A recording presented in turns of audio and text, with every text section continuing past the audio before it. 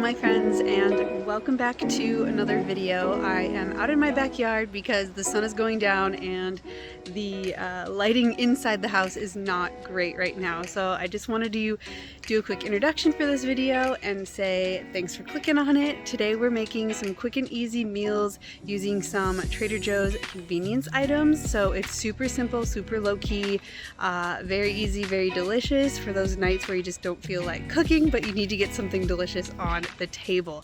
So if that sounds good to you, stick around and let's get into it. The first recipe we are going to be making today is with this soy chorizo from Trader Joe's. We'll also need some tortillas and some ingredients to make a sauce, which I will get into a little bit later.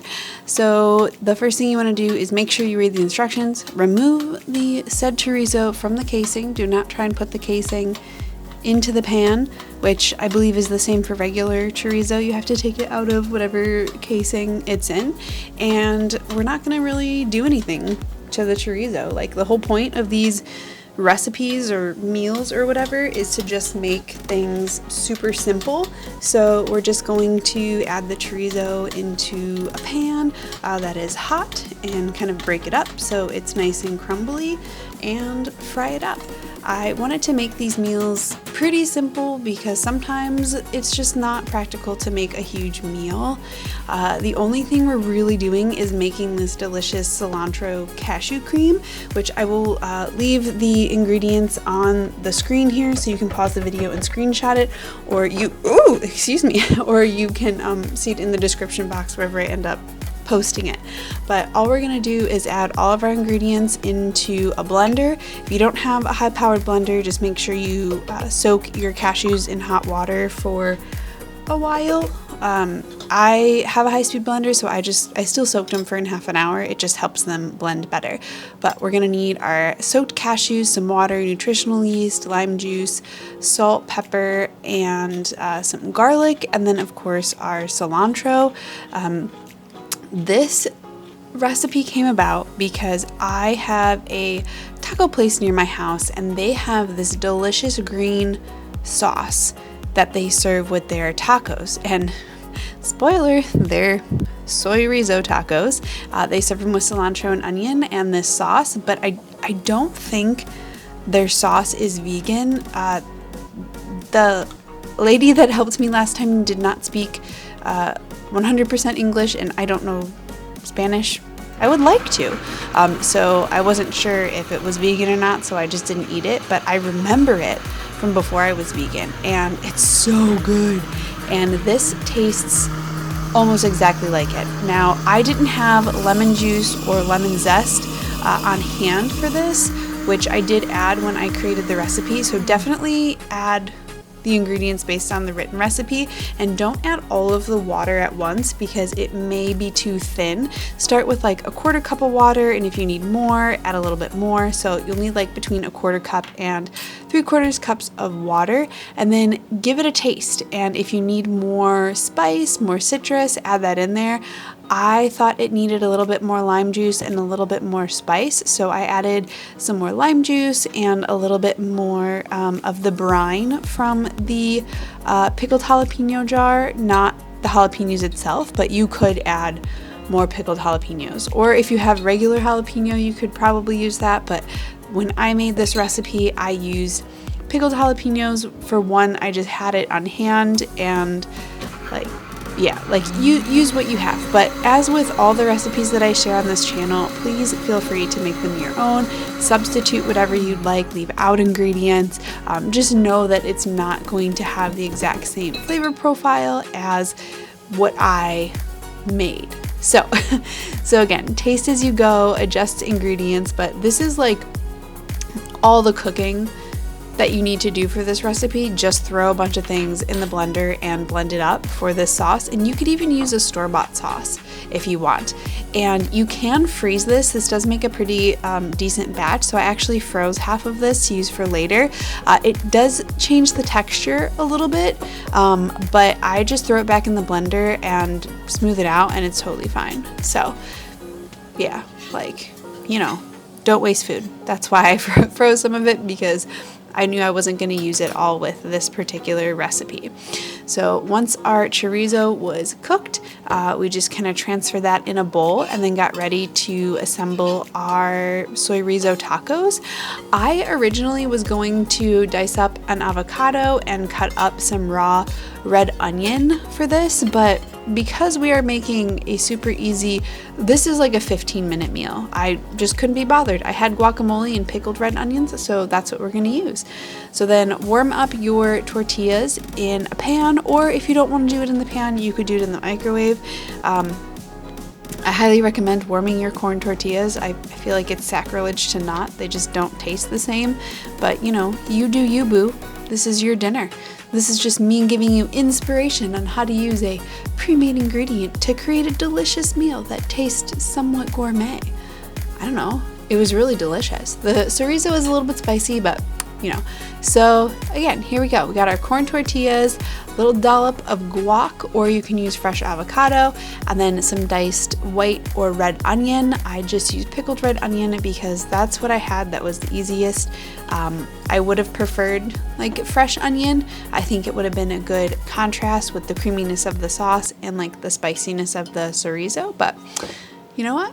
It was still delicious. And then drizzle a generous amount of this cashew cream on your tacos.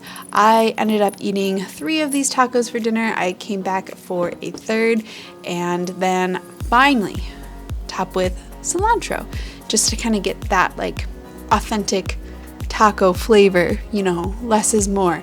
And what's great about this is you don't even miss the cheese with your taco if you're a cheese and taco person, which you could add that if you want, but you definitely don't have to.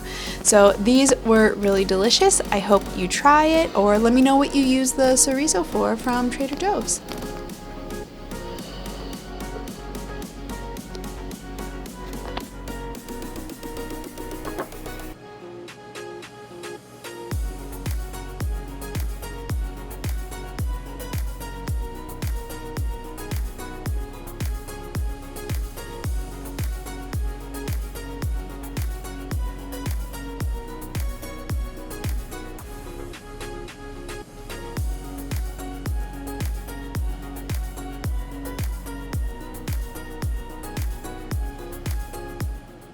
Next up, we are using this Kung Pao tempura cauliflower as well as edamame from Trader Joe's, and we're making this even simpler by using pre-cooked rice, which I had in the freezer. You can even use ready rice or just leftover rice, or you can cook rice, and this can still be a 30-minute meal.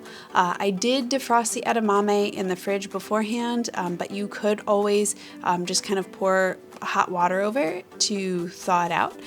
The cauliflower came separately, and then there was this little sauce packet. The sauce packet you just want to put in water to warm up, and then the cauliflower we're gonna put on the air fryer tray to make it cook quicker.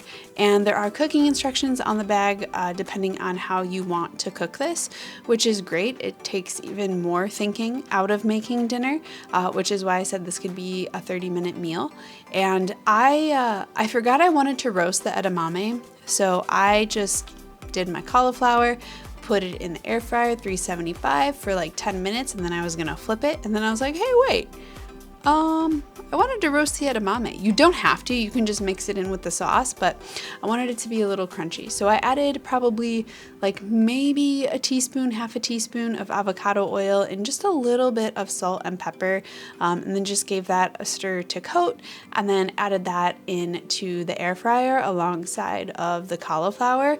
If you don't want it to be super crispy, what I would probably do is let the cauliflower cook for 10 minutes, come back to the air fryer, flip the cauliflower over, and then add in the edamame. So then the edamame is only cooking for half the time of the cauliflower, but fortunately I was able to fit everything on the one pan, and everything kind of cooked to my liking. I like crispy things, so I wasn't really mad that some of the edamame was like kind of burnt. It was still really good, and I don't know how simpler you could get with the recipe. I would say that if you wanted to add more veggies or like a different protein or whatever, you totally could. This is just what sounded good to me. So I prepared everything else while that was cooking up. I microwaved the rice and quinoa mixture with an ice cube just to keep the moisture inside and it didn't dry out. And then I just poured boiling water over the sauce packet to heat it up for the duration of the cooking time. So the only like cooking you have to do is heat up some water other than putting everything in the air fryer. And then like I mentioned earlier, halfway through you're going to want to flip over the cauliflower. Now I did notice that some of the bigger chunks here did not really get crispy enough to flip yet, and the breading kind of stuck to the air fryer tray. So I would take that into consideration. If you have really big pieces, maybe let them go for a little bit longer before you flip them, because it wasn't quite cooked underneath and it like fell apart a little bit. That was like my only qualm in terms of like the tempura batter for this particular product. And I'm not at all sponsored by Trader Joe's. I don't even think that they do sponsorships, but I just wanted to try out some quick and easy recipes, especially for like, you know, weeknights when you just don't have the energy to cook or you're not inspired. You can just pull something out of your freezer and whip it together. And because, you know, that's kind of how I've been feeling the last few days. You know, like I think I mentioned in my last video that I've been going through some stuff with pain and digestive issues. So like my digestion is like pretty much back to normal, thank goodness, but I'm still dealing with a little bit of pain. So I just like didn't want to be standing over the stove for a while cooking dinner, so this was a great alternative to that, and it was very filling and I think rather nutritious for a kind of like semi-processed, like ready-made situation. The sauce was okay. Like, I mean, it was nothing to like rave about. It was a little spicy, which I mean, Kung Pao kind of is. So if you don't really like spicy, I don't know if you would like this, but it was good. And there was definitely enough sauce to coat all the cauliflower, including the addition of the edamame, which wasn't all that much. I did a cup of edamame here, and I ended up splitting this into 2 servings. I had it for dinner on this night, and then I had leftovers for the night before, because it's mostly vegetables. Like, it wasn't like, I don't know, it didn't seem like too much. I don't know what the actual serving size was on the package, but for me, it was 2 servings. So this is a mix of rice and quinoa. I heated that up like I said earlier, and then I just topped my edamame cauliflower mixture on top of that, and then sprinkled it with sesame seeds. I intended on adding some green onions. Usually I just like chop them up with kitchen shears, but I forgot that I have them growing in my garden and I wanted to add them, so I would add that. I feel like that would round it out perfectly, but this was really good. I would recommend if you're looking for a quick. And before we get into the last simple recipe, I want to thank Purple Carrot for sponsoring today's video. If you want a more in-depth review of some of the Purple Carrot meals that I've tried in these clips, I will leave videos in the description box and in the cards, because in January I did a whole review of a ton of different meals from Purple Carrot. They were all very delicious and beautiful and so convenient to make. So even though we are making some really simple meals from Trader Joe's ingredients, if you're lacking inspiration and just want to kind of spice up your routine and try something new without having to put too much thought in it, then Purple Carrot is for you. If you're ready to transform your mealtime with delicious vegan options, Purple Carrot Meal Kit service brings mouthwatering plant-based recipes right to your door. With Purple Carrot, you'll discover how easy it is to enjoy nutritious, chef-designed meals without any hassle. From vibrant veggies to hearty grains, every ingredient is carefully selected to make your cooking experience delightful and stress-free.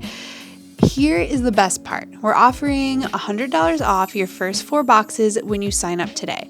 So you can get $100 off to kickstart your journey to healthy, delicious meals. So that is spread off of your first 4 boxes, so $25 off each box, and that's a really great deal. So don't miss out on this incredible offer. Head over to purplecarrot.com by clicking the link in the description box below to help support my channel and experience how easy it is to make plant-based meals without having that, decision fatigue of what am I going to make for dinner. You pick it ahead of time. All the ingredients come pre-portioned and grouped together. All you have to do is take a bag out of your fridge and read the instructions, and you're great. You're good to go. Best part is, if you really love the meals, you can recreate them, because each box comes with a beautiful recipe book that not only contains the recipes you selected for your box, but the rest of them that were available for that order. So thank you again to Purple Carrot for sponsoring this video. And for our last Trader Joe's meal, we are keeping this super simple. It could literally be just 2 ingredients if you want. These garlic shiitake green beans from Trader Joe's that already have a sauce, and then these pre-made gnocchi. So this could literally be a 10-minute meal. You don't even have to add the beans. The longest part of this meal is boiling the water to steam the gnocchi. So we're going to get that going. And rookie mistake, do not add the beans right now if you're adding the white beans or the chickpeas. Please wait. I got ahead of myself here. So what we're going to do is boil the water for the gnocchi, and when the gnocchi are done, they'll kind of float to the top and you'll know they're ready. And then in the second pan, we're going to add in our green beans that already have a sauce and heat those through.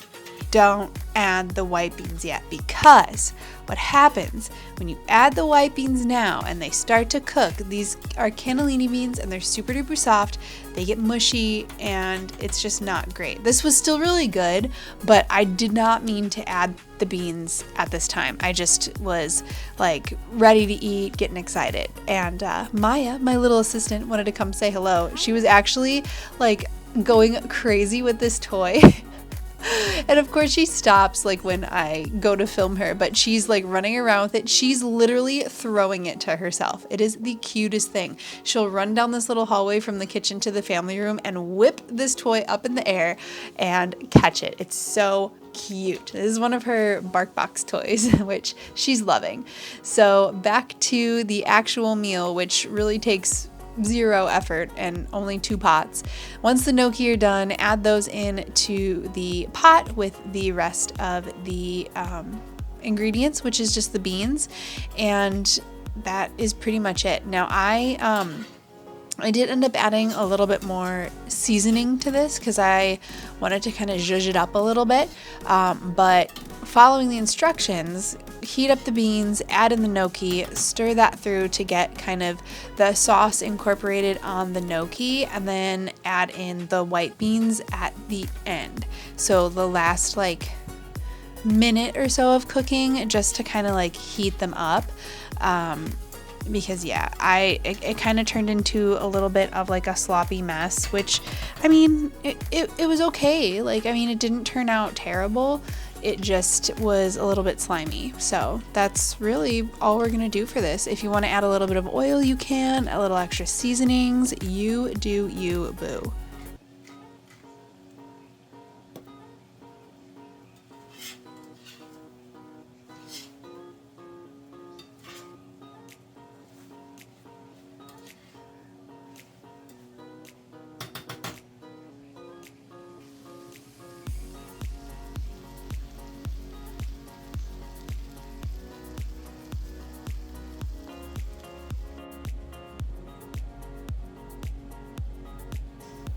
Yeah, so like I said, I did end up adding just like a little bit of extra seasoning. I did a little bit of garlic salt and some garlic infused olive oil. Regular olive oil would work too. I just wanted to give it a little bit more flavor since we added the beans and the gnocchi, and then I added just a little bit of butter to kind of make just a little bit more sauce, because like I said, I added the white beans like way too early in this process and it kind of turned into mush, but it still tasted good. So Like, make it your own. Don't add anything, just do the beans and the gnocchi, and like, you're totally good. That's the great thing about these types of recipes, is you don't really have to think about it. You're just combining ingredients that are still wholesome and ready to eat, so you have a nice, quick, healthy dinner.